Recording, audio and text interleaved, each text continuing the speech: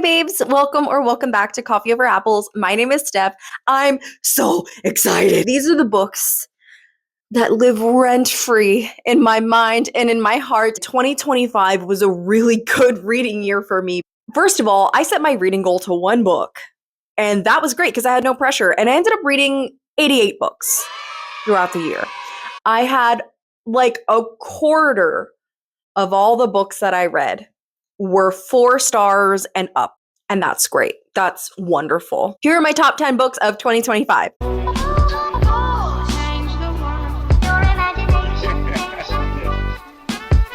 It could change the world. Number 10, I have to say thank you so much to the team over at Tor for sending me these books in exchange for a review. They sent me e-arcs of Veronica Roth's novella series, To Clutch a Razor and When Among Crows. Now, here's the thing. I read a couple series this year. This was a really good year for me regarding series. So any books that are in a series, I'm just going to lump together in one of the numbers because that way it doesn't become the same series as taking up multiple slots in the top 10. So I'm just going to put both of these books at number 10 together. I didn't think that this was going to be a year that I really came to appreciate Veronica Roth's writing. I read these 2 novellas in a weekend during one of my vlogs and enjoyed it so immensely. What I really appreciate about this is that, one, it's a dark fantasy and it's got a lot of like nods to Norwegian, Celtic, Slavic folklore. Baba Yaga is in here, but like Baba Yaga is not really the villain, and I really like that. Like Baba Yaga is a morally gray character, and that's so great. I love the way that different fantasy creatures were built into this world and how all of them kind of built these different businesses that cater to their needs because they don't want to eat people. At least the ones that our main character is hanging out with don't want to eat people. Like, I think it's the Zamoras feed off of fear, so they started a horror themed movie theater so they could get a consistent stream of food. All these different creatures who are trying to find ways to cope with and living in a human world. And then there's like the Knights Templar of humans who are trying to destroy all of these creatures because they believe that it's God's like vision for them. And it's so dark and twisted, and I love it. The first book is very character-driven, and the second book is very plot-driven. I was very shocked at how seamless that transition was for me, especially as someone who is a very plot-driven reader, but I had a great time. So I really do recommend this if you're looking for like a new dark fantasy. At number 9 is Lucky Day by Chuck Tingle. I gave this 5 stars, obviously. This is different from his other books. This is a weird, absurdist horror. You kind of gotta like vibe with weird and absurdism, I think, in order to like this book. It was also one of my most anticipated books of the year, and also shout out to Tor. Thank you so much for making my dreams come true by sending me an arc of Lucky Day. Even though this is the copy that I got when I went to go meet Chuck Tingle in Brooklyn, it was such a great time. Lucky Day is a really interesting character study about this woman who is bisexual, and she's in a relationship with her girlfriend. She's about to come out to her mom when all of a sudden, like hundreds of events that are highly improbable all just kind of happen at once. And so in the aftermath of that, her, as someone who believes in science and studied statistics, and that's her entire career, now thinks that because of how improbable all of those things were to happen, that basically, like, what's the point in studying statistics? Her entire life is thrown upside down. And so it's very sci-fi in that way, but also in the aftermath, she's called to try to solve this mystery around why there's this one brand of casino that's making so much money suddenly. It's dark, it's gory, it's great, it's cosmic. I love a good cosmic horror, and the ending made me cry. I actually sat there sobbing. I'm realizing how much Tor has influenced me this year, and I promise you that I did not plan this as like a intentional, like Tor is not, paying me beyond the books that they've sent me for free to talk about. But I'm realizing that my 10, 9, and 8 are all books that were sent to me by Tor. So like, I love you guys. Thank you for all of the books that you sent me. Because at number 8 was The Witch Queen of Red Winter by Ed Mcdonald. This is the 3rd book in the trilogy. They actually sent me all 3 books this year. They sent me book 1, which was Daughter of Red Winter, book 2, which was Traitor of Red Winter, and book 3, which was Witch Queen of Red Winter. I fell in love with this dark fantasy. And like before this year, before 2025, was not really a big fantasy person, but I feel like with the books that Tor is putting out, I'm finding myself. And I'm finding myself in this love of dark fantasy. Our main character is this girl named Rain, and she is part of a group of people that's been oppressed, and she finds herself being kind of held captive after her people are raided in book 1. And then she actually ends up saving her captors because she might have some really dark magical powers that she might have been able to like kill a deity with. And so that brings her through all these trials and tribulations where she finds all her powers and herself and all of these things.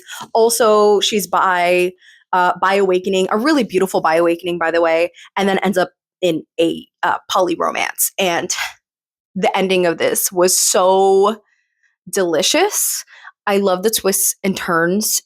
I really didn't see a lot of the twists coming, and the character arcs for every single character in this series is so well flushed out that I just really appreciate Ed Mcdonald for that. And I am probably now going to read everything that they have ever written. Okay, at number 7 is also the end of a trilogy. This is Death's End by Cixin Liu.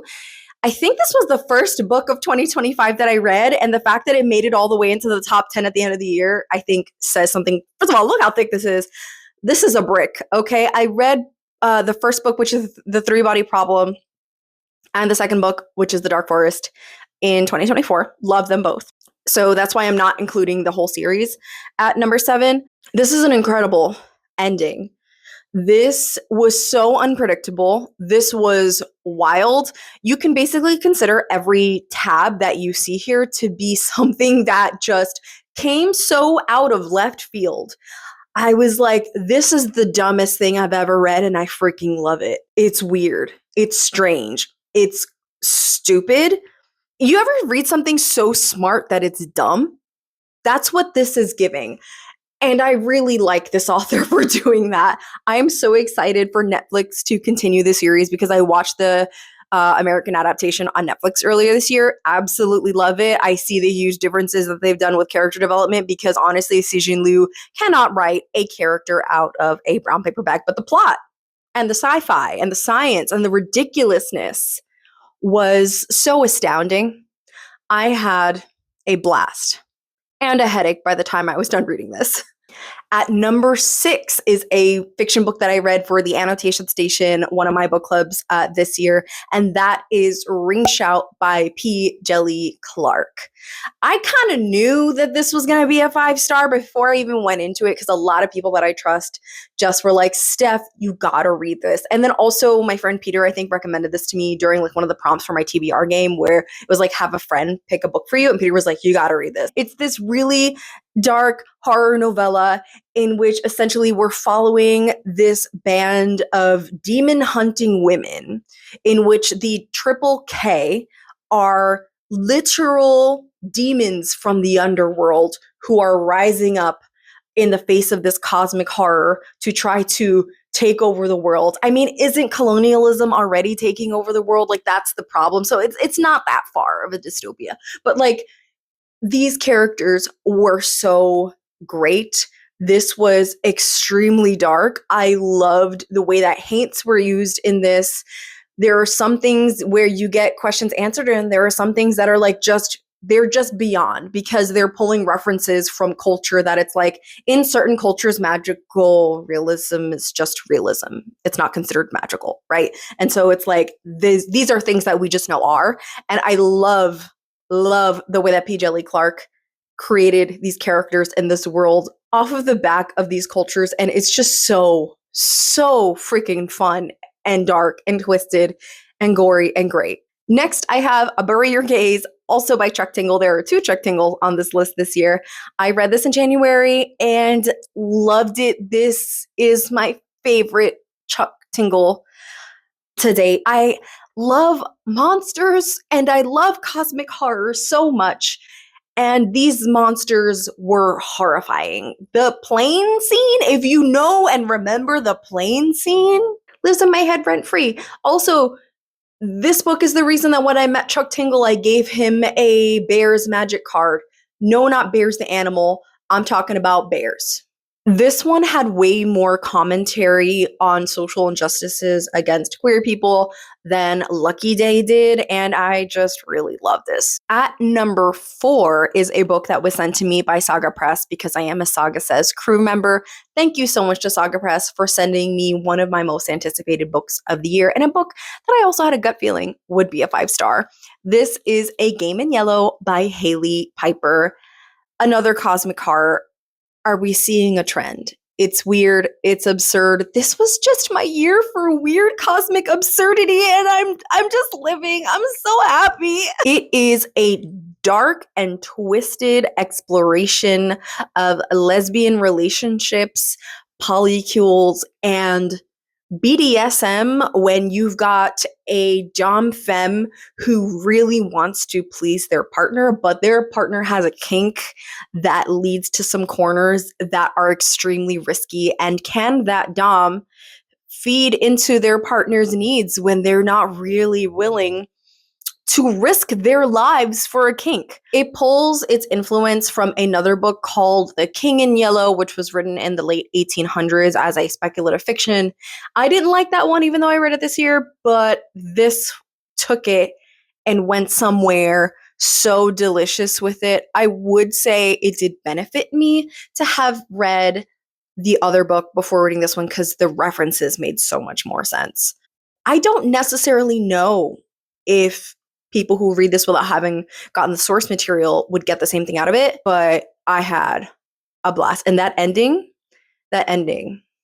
I see it when I close my eyes, and it's scary. At number 3, we have a new love, Ander and Santi Were Here by Gianni Garcevia. This is such a freaking adorable new adult book featuring these 2 beautiful individuals on the cover. We have Ander and we have Santi. Ander is going to college. They've taken a gap year. They're going to art college. And in the meantime, they're working at their family's taqueria. They get fired because they're supposed to be making murals and doing things that are going to build their portfolio in that gap year. And they're not listening because they're trying to spend all their time at the taqueria making money. And so family says, nope, we're firing you. We're hiring a replacement. That replacement happens to be Santi, who is an immigrant. And this made me sob, as Johnny does. Johnny can do no wrong in this house. This touched on some really important topics in Latina communities, especially now. I mean, they've always been a problem being targeted by ICE, and the pains of what Latina communities go through in the immigration process, I am deeply familiar with. And so this was very triggering, but also so beautiful, and is a story that I think more people need to hear. I especially love that it called into question, like, we don't need to put the American dream on a pedestal. There are other dreams to be had, and that's fine. I love you, Johnny. You're amazing. At number 2, if you've been following me for a while, this might not be a surprise. Walking Practice by Dolki Min. I love Mumu. Mumu is an alien with saws that goes onto dating apps and murders people with their pet saws, who they take care of like family. I love it. Mumu crash landed on Earth like 14 years ago in the story, and they're able to shape-shift their body into whatever they want. So this is an allegory for transness. This is an allegory for queer experiences, an allegory for disability, trigger warning for homophobia and abuse, and just things that happen to Mumu throughout this that are essentially things that a lot of people unfortunately actually go through. But like Mumu is living through life in stride. And I love you, Mumu. You're the best. At number one, which again, if you followed me at all this year, this might not be a surprise to you. See those tabs? Do you see that? It's Blood Over Brighthaven by M L Wang.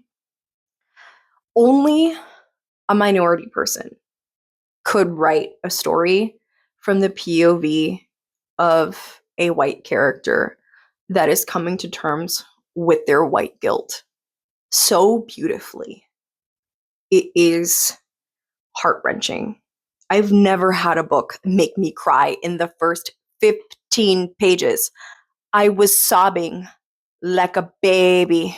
Incredible. And I sobbed at the end too. I just loved these characters. It is a beautiful character exploration by a character that wants to be a feminist and wants to be right and wants to be superior, but they are wrong in every sense of the word.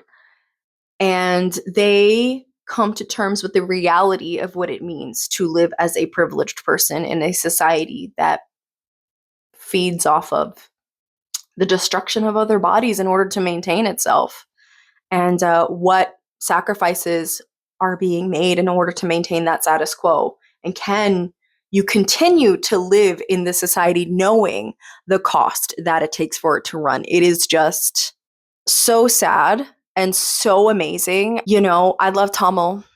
I love Tamil with everything that I have. Great job, Emma Wang. Just like a bravo to you. I love you so much. If you loved any of these books too, please scream with me. Screech with me. I need you to scream with me in the comments if you loved any of these books. I can't stop talking about them. I hope that you had a wonderful reading year in 2025. I hope 2026 is as good to me as 2025 was with these 5-star picks. I post videos whenever I feel like it. Thanks for watching. Bye. Thank you, Mr. Wonka.